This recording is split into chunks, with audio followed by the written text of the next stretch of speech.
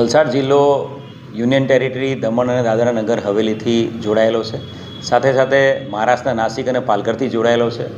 ગુજરાત એક dry state છે અને પ્રોહિબિશનની કોઈપણ પ્રકારની પ્રવૃત્તિ ગેરકાયદેસર છે અને એ પ્રવૃત્તિ અટકાવવા માટે આવનારી 31મી ડિસેમ્બરને લઈને રેન્જ આઈજી પ્રેમવીરસિંહ સાહેબના માર્ગદર્શન હેઠળ વલસાડ જિલ્લા પોલીસ સજ્જ છે.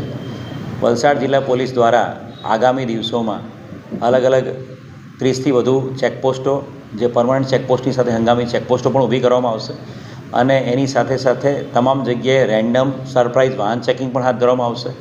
ગઈકાલના એક જ દિવસમાં રાત્રિની ડ્રાઈવ દરમિયાન 50થી વધુ લોકોની વિરુદ્ધમાં પીધેલા IMV એક્ટ 185ના કેસો પણ કરવામાં આવે છે. ગઈકાલે કુલ 91 જેટલા પ્રોહિબિશનના કેસીસ દાખલ કરવામાં આવે છે. સાથે સાથે વિસ્તારના તમામ farm houses, party plots, hotels એ તમામ ઉપર ચેકિંગ SOG અને ક્રાઇમ બ્રાન્ચ દ્વારા હાથ ધરવામાં આવ્યું છે.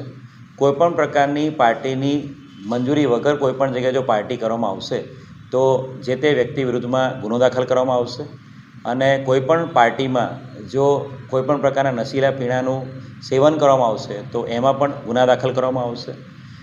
તમામ જે વિસ્તારો છે એની પર પોલીસની ટોટલ વોચ રાખવામાં આવી રહી છે અને વલસાડની જનતાને, વલસાડના મીડિયા મિત્રોના માધ્યમથી હું નમ્ર અપીલ કરીશ કે પાર્ટીની ઉજવણી કાયદેસર અને જે ધારાધોરણો છે એ મુજબ જ થવી જોઈએ.